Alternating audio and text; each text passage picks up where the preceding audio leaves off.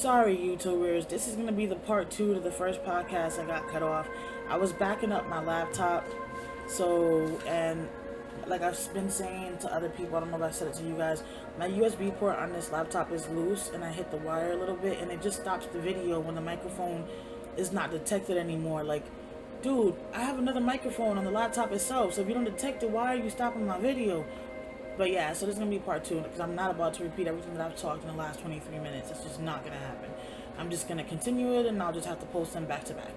So sorry for it ending the way that it ended. My apologies for that. And now we're on to the second part for you guys. But yeah, so I want to vent it out because, again, I don't know who else has ever been in my shoes where they felt discriminated because of their disability, or they felt that they couldn't do something because of their disability. And then every time you turn around and you're trying to do something, like, it's always a oops, nope, sorry, oops, no, sorry, like, you know, a door being slammed in your face. That does make you feel like less competent, and it does make you feel like you don't have your shit together, even though you could be having your shit together. So this weekend has been a really hard one. Yesterday was supposed to be my day off. Oh, I forgot. Sorry, you guys. So Saturday, after we went through all of that, I came home. I cried for a little bit. I didn't cry anything hard, like nothing major. I just, shed a couple of tears and then told myself, nope, we're not about to do that. We're not going down this dark path. We're not going down this dark road. What we're going to do right now is start Googling like crazy and start focusing on trying to find wheelchair accessible apartments that have availability. So I did do that. I ended up finding, let me see, I'm gonna tell you guys right now. 2, okay, 1, 2, 3, 4, 5, 6, 7. I ended up finding 7 apartments that are supposed to be wheelchair accessible. I know for a fact 2 of them are supposed to have availability coming up in the next 2 or 3 days. So I'm trying to see if my mental health skill builder can take me to go see those places. Because again, I cannot see myself applying for apartments that I have not seen. Because I need to know, do you have rodents? And I know if I ask you that, you're going to tell me no. But if I go walking around an apartment, I can tell if there's roaches. I can tell, like, I went to go see this it was a beautiful apartment. Very nice. On the outside, very nice on the inside. I happened to open the closet, the pantry room, and right on the bottom, what was there? 2 dead roaches. That already leads me to believe that y'all had roaches, or y'all have roaches. One of the 2. So I like to go see. Plus, I have a very serious bathroom phobia. And I need to go look at the bathrooms and make sure that y'all don't have that corkscrew shit or whatever it's called that has mold and black. No, I can't do none of that. No, thank you. Like, my bathroom has to be how it is when you have your own bathroom. Nice, you know what I'm saying? Not no residue of anything. So I cannot see myself applying and paying 2 application fees, because down here you got to pay application fees for anybody above 18. So that includes me and Beva. And these fees don't be cheap. It could be anywhere from $25 a person to $65 a person. Okay, so that's already like $50 or $100 and something for me to apply for both of us. So I need to make sure that the apartment and the neighborhood is a good area because of the kids. And then we don't have transportation, so I need to make sure that there's things around there that, Beva can walk to, or I can ride on my wheelchair to if we need to get something. So I'm hoping that my mental health skill builder will take me to these places. She said we were supposed to work on that this morning, but it's already about to be 10 o'clock in 2 minutes, and I have yet to hear from her. I even texted her early this morning to let her know that I found a couple of places and 2 of them were available and I wanted to go see them. Because if they are like okay, then I want to apply for them. Like, if I can move to an apartment instead of moving to a motel or I can't go to an extended stay, but instead of moving to a motel, then I'd rather do that. You know what I'm saying? Because I'd rather spend, what was the most rent that I found was $1,200 for a 3-bedroom. I'd rather spend that than going to the motel and spending anywhere from $1,800 to $2,700. Sorry, it was a neurological thing that just happened with the numbers. But yeah, like, it makes more sense to go with the apartment route. So that's what I'm trying to do. And it's just, you guys, not having transportation is one of the most crappy ass shit ever. Okay? Because if I had my own van, still, I could have went to different places, even out of state. I could have went and looked some other places and found, you know what I'm saying, somebody to allow me to rent. That's why I was looking for private landlords, but we can't even find that either. I was gonna buy a mobile home. But honestly, I don't want to be in VA. You know, VA has not been kind to me and the kids in any shape, way, or form. So I kind of really don't want to be in VA. But if push comes to shove, then I have no choice. I did do the application. I got to turn in my tax return for the last 3 years and see what they say, because I was going to attempt to buy land with a mobile home instead of, you know, buying just a mobile home and having to find a lot to put it on. But, yeah, this has been the stress that I've been dealing with all weekend. So yesterday I was supposed to be off because Sundays are my days off. But because Saturday I was focused on finding apartments, and I did that for like 3 to 4 hours, I didn't really create any of my content for my platform. So I had to do that yesterday. And I was trying to create my content like in a positive way, obviously, because of everything that I'm going through. But I was kind of having a hard time like seeing the light at the end of the tunnel. So thank God I already had some content created that I forgot to post. So I scheduled all of that, and I had all that done like yesterday, and I was working slow, not too fast, but I was too stressed out to work too fast even if I wanted to. But I did get all that set up. I even created content to promote my life coaching business, to promote me as a life coach for parents. So I do feel like it was a productive Sunday, even though it should have been a Sunday for me to relax. But because of everything that I'm going through, trying to relax would have just stressed me out more, because it would have made me feel like I'm not doing anything productive. It would have made me feel like I was not doing anything to get us out of our situation. So trying to attract my ideal clients was the next best thing that I could do. Create content for that so that I can, you know, hopefully start getting calls, start booking sessions, and start, you know, helping people. That would at least give me the peace of mind, because when I'm helping somebody else, it doesn't make my situation look so dark. It doesn't make my situation look so negative. And that's what I kind of did. You know, yesterday I did talk to my cousin for a little while.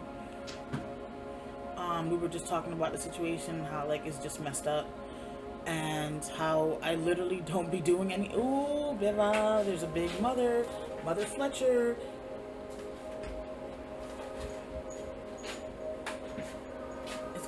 It went by the eraser.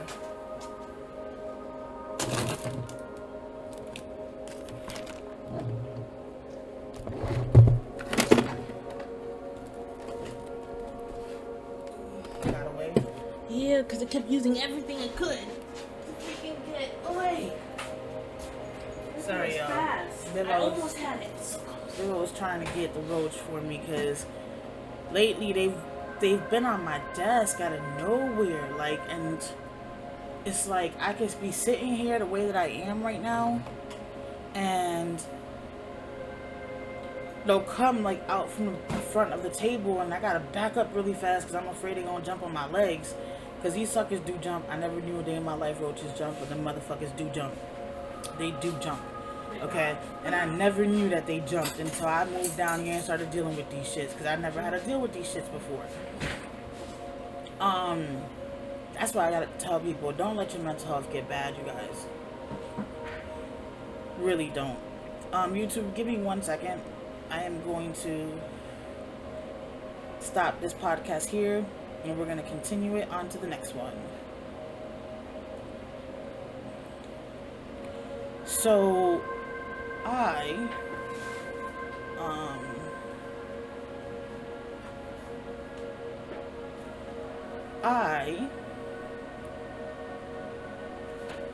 will attempt to try to call these places in a little bit to verify and make sure that they actually have 3-bedroom apartments available that are wheelchair accessible. Then if I have to schedule an appointment to see them, I'm going to have to do that. I just got to make sure my mental health skill builder can actually take me. Like I said, I'm waiting for her to text me back. It's hard. It's a struggle. It's very difficult. And then being in a wheelchair, it's like I'm so limited on what I can and can't do. Like on Saturday, when we went to all these places, yeah, she would drop me off at the door and I would have to walk, from the car to the door. But even that was a struggle. It was a fight. And while I'm standing there trying to talk to the people, like my legs are shaking so bad where they just want to give out. And I'm here like, girl, do not bust your ass right now. Please don't fall. Whatever you do, do not fall. Do not bust your ass. Because if you bust your ass, you can get seriously hurt. Like, you're supposed to be using your wheelchair. And I don't take the walker and I don't use the walker because I do have weakness in my hands. And that weakness makes it very difficult for me to deal with the walker. It leaves me so fatigued and so drained, and then I'm no good after that because I've already used every piece of energy that I had to just use the walker to actually walk. And it's frustrating because, like I said, people are sitting here acting like I'm okay with living in a motel and that I'm okay with living in a motel that has roaches and rats. I'm not okay with living in no motel, point blank, period. Doesn't matter if it has anything or doesn't have anything. I'm not okay with living in a motel, point blank, period. But my circumstances is what's placed me here. And now that I have the income to actually get out, it's still the same problem of to where, get out to where are we gonna go? You know what I'm saying? Where's the next stop going to be? And I even contemplated, well then I guess this is, because I've been praying to God and I've been asking God to please guide me where we should go. Like, I don't want to make another impulsive move like I did, which is what got me here in the first place, into this state, because it was either kill or be killed. And I refused to go to jail and I refused to leave kids without a parent. So I had to make an impulsive move to just bring my ass down here, and things didn't go as planned. Like, if I would have had more time when we were staying at the associate's house, if I would have had more time to get my money right and prove my income, I would have been able to have gone from their house to an apartment. But because it was done overnight with, whatever the case may be, let me put it like this. I feel like I'm going through all of this so I can have a testimony and a story to tell, so that I can get myself out of this, get my family out of this, and then push others out of whatever situation that they are in. Because we always look at things like, oh my gosh, it's the end of the world now. Like, there's no other opportunities. There's nothing else that I can do. There's no other accomplishments. There's no other, road that I can take. And then you kind of, just give up and you stay in the situation that you're in because you see no hope. But there's always hope. There's always a possibility of you coming out of anything. It's just how you perceive and see everything that counts, and that makes a difference.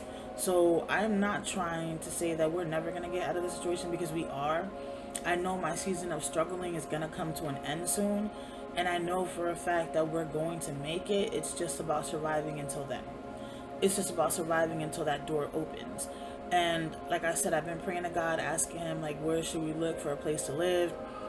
Should we leave the state? Should we stay the state? And if we do leave the state, where are we going to go? Can you please eat your food? I don't want to hear you're hungry, because you're not going to get anything else. And that's the stressors that I have. Those are the stressors that I'm dealing with right now. And it's frustrating because what can I do? I'm limited on how far I can get, how far I can go. Even if I say, okay, let me move out of state, since it's looking like I can't find nothing here, it's still going to be, where are we going to end up at? Where are we going to go? Where are we going to go? What are we going to do? How are we going to get there? How am I going to transport the wheelchair? Back in the day, without no wheelchair, it was easy. Just hop in the damn van and let's go. That's how we did it the first time. But now it's, how am I going to get my wheelchair where it's supposed to be? Because I need that sucker in order to move around. Like I said, on Saturday, I realized my legs cannot do as much as they used to. And I am overworking them. And that's not a good thing, because I don't want to cause any more damage. And so I don't want to overwork them. So what do? That's where my situation is. Do y'all have any suggestions, comments, or ideas? I'm open. I'm receptive. I did tell the other parent I wouldn't move no more than 6 hours away. So I'm trying to stay within those words. But I'm receptive. I'm receptive to any suggestions, any ideas. Because I really need help. And it's not that I need the help financially, because we're going to be okay in that sense of the word. I really just, I need the help. I need somebody else to be my eyes and my feet and my legs. Like, I can call all these places and find out if they have rooms, if they have apartments that are wheelchair accessible, and when they'll be available, and get all that information. But how am I going to get there? And then when I get there, let's say I do Uber myself there, okay? As an example. Let's say I do Uber myself there, and then I want to see the apartment. Some of these complexes make you walk, because the rental office is like in the middle of the complex or at the beginning of the complex, and then you have to walk all the way to that apartment. It's not a guarantee that I can do that.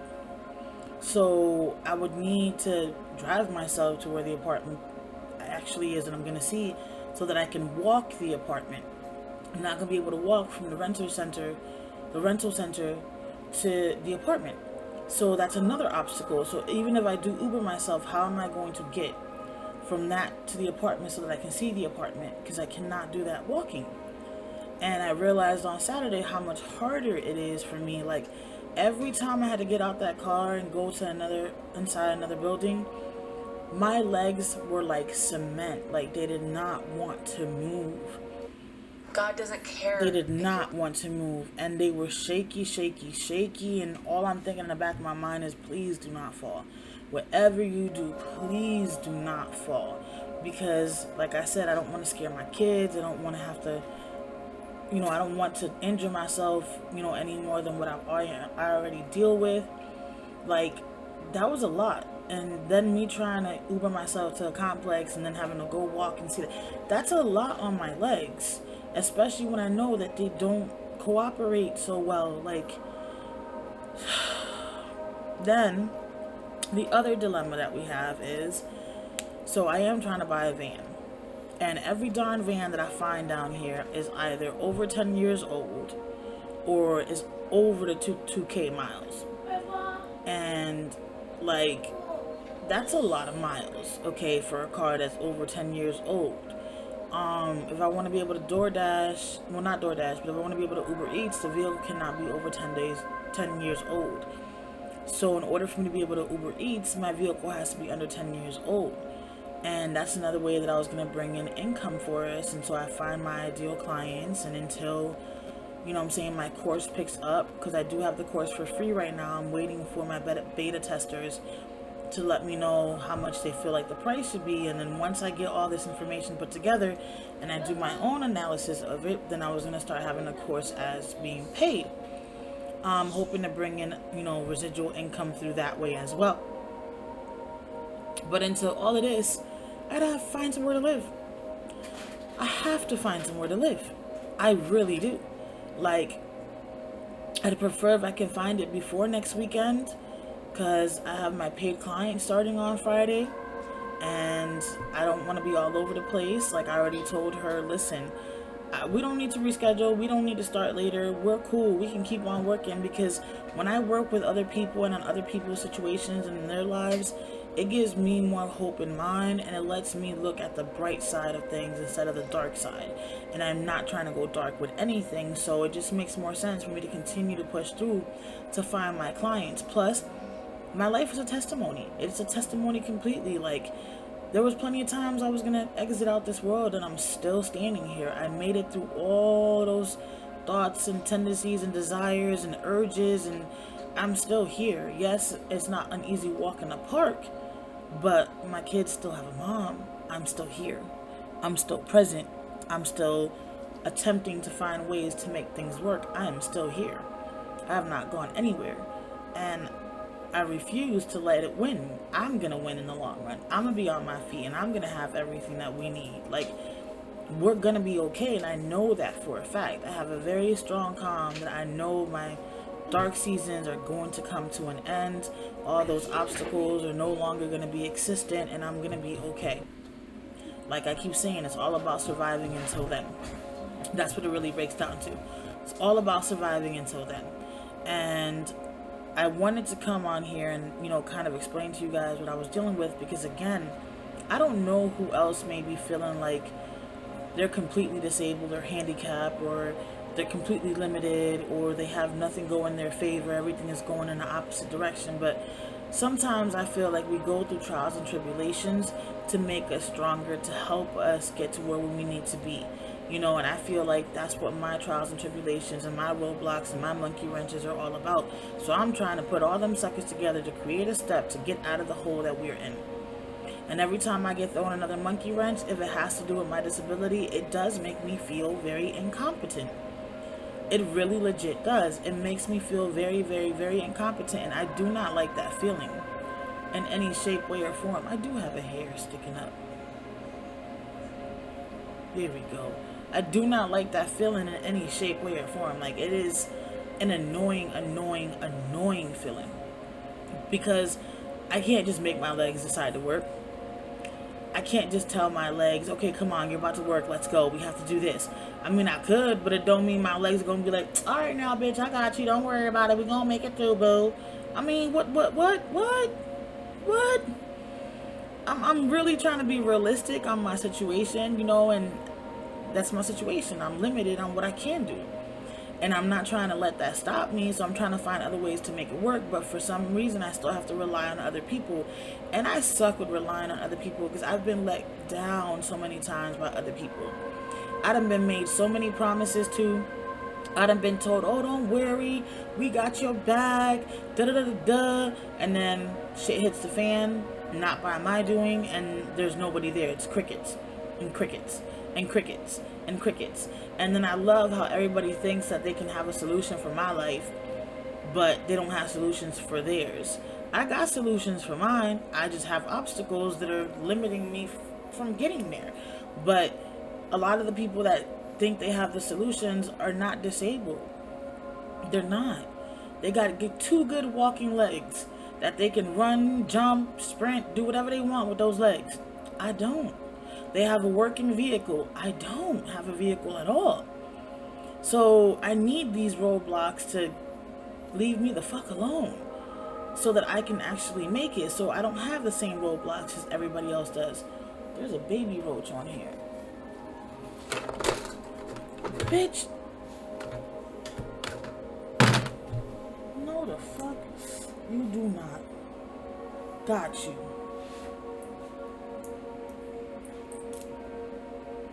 My nail came off. At Sonobello, Norfolk. What did you do with the nail file? Oh snap, the commercial. Just one visit. What'd you do with the nail file?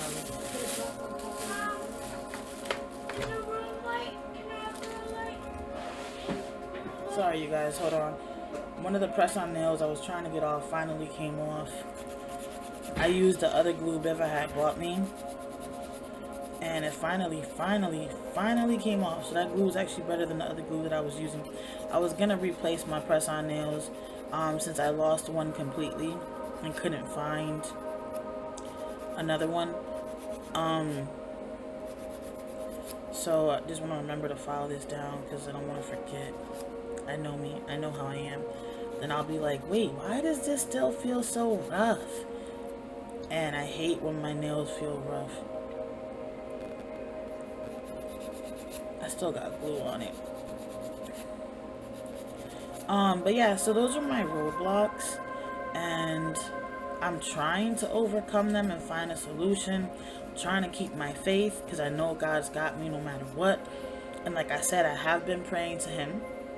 You know, I was never a person to pray and ask for things for myself. I was usually a person to pray and like say thank you or ask for things for other people. Like when I was a kid, I would ask for things for myself. Like, please don't let my mom whoop my ass when she find out I had, you know, my friends inside the house while she was at work. You know, little dumb stuff like that. But it's different when I got older. Like, I didn't really start praying for me. I was praying for other people. Like, even when I would go to the funeral home, because we were paying respects to somebody, if I saw somebody else in the casket, like, I would stand there by their door, even though I didn't know who they were, and I would pray for them, pray for their soul, and pray that God let them forgive them for their sins and would allow them into heaven. And I've done that for so many people. And as an empath and a spiritual person, I've been told plenty of times, I'm sorry you guys, I just changed the conversation thanks to the press on nail, but whatever, this is a more happy one, so maybe my arm can stop hurting me, because the other topic I feel like had my arm like killing me. But and I can't afford to lose my ability, so I guess this is just God telling me change the subject. But yeah, so I've always been the type that I would pray for, people, for anybody. It doesn't matter if I knew them or not. My grandparents' house was literally like not even 2-minute walk from the funeral home, and I would just like go and pray. Like, I remember when my great grandmother, I think it was, when my great grandmother had passed away, we went early to the funeral home to check out some stuff. And then when I went in, there was one person that was in their room by themselves, and there was nobody there. And I was like wondering why, like, why were they alone with nobody there to pray for them or nobody there to see them or anything like that? So I remember I stood by the door and I read like the name of the person, and then I stood by the door. Like, I didn't go in, I stood outside of the door, because you guys are probably not going to believe me when I say this, but I've always had the experience that whenever someone passes away and I pay my respects to them, they show up to me that same night. And they usually sit at the foot of my bed, or if I have a chair by the bed, they'll sit in that chair. And they'll watch me the whole night. Like, I'll see them there the whole entire night, and it would freak me out. As a little kid, it's always freaked me out. Like, and I've always been like, I don't want to go pay respects. And my grandparents would be like, but why? And I'd be like, you just don't understand. You don't get it. And I was so afraid to tell them, because I didn't want them to think that I was like cuckoo for Cocoa Puffs. But then I remember one day, I actually told my grandfather, because I woke up in the middle of the night and I saw the lady who was their friend that had passed away, and she was sitting in the rocking chair, and the rocking chair was rocking back and forth. And then I got so scared, because I was like, why does this always happen to me?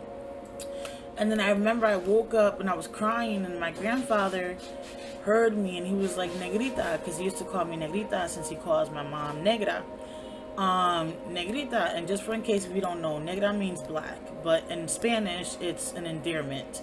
It's not anything, whatever. So Negrita was like the smaller version of black, which would have been like Blaquita, like, I don't know, little black, I guess you could say. And yeah, so he was like, Negrita, what's wrong? And I was like, Abuelo, the lady that we went to go visit earlier to pay our respects, she's sitting in the rocking chair right there, and she's just watching me, and it's scaring me. And then he was like, Mama, don't be afraid, don't be scared. That's just them telling you thank you for praying for their souls, thank you for praying for their sins, and thank you for helping them make it to heaven. So they're now letting you know that you now have another angel watching you, because they're going to watch over you as well, like you watched over them after they pass away. And then I was like, okay, that's cool, that is all good and gravy, but do they really have to appear? Like, do they really got to let me know and appear? Like, and they don't appear, like, let's say, I'm telling you they appear, it's not like I'm seeing them in the casket. I'm seeing them how they would have been alive if they were alive, how they would be if they were alive. They don't look dead or nothing like that. It would just be their self before they got sick and passed away. So it wasn't like they were coming to me scary looking. I was just afraid, because I was like, that's just the same person that I saw earlier.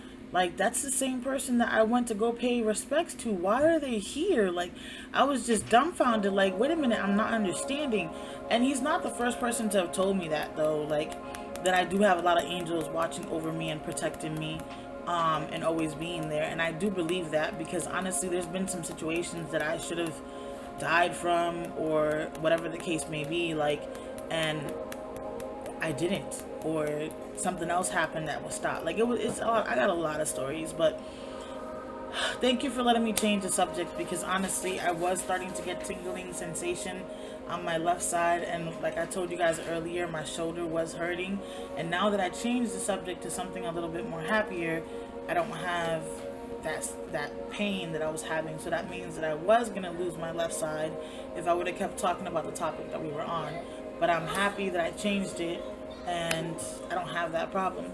But yeah, I just wanted to give you guys the update on, how I'm dealing with things, because again, I'm proud of myself. I'm very proud of myself. If you guys look at my videos from like a year ago, I'm bawling my eyes out. I'm thinking it's the end of the world. I'm over here feeling like everybody hates me and everything's against me, but I don't have that feeling. I know I'm gonna make it out of here. I know I'm gonna find somewhere to go. Like I know it's going to work out. It may not work out how I want it to work out, or it may work out how I want it to work out. I really don't know, but I'm not giving up on anything, and I'm not going to, let this beat me. I'm gonna make it work in my favor as best as I can. But I just wanted to lay that at y'all feet, because I know some people are sitting out there thinking that I want to be living in this situation, when that is far from the truth. I just had a lot of roadblocks and obstacles that weren't allowing me to get out of the situation.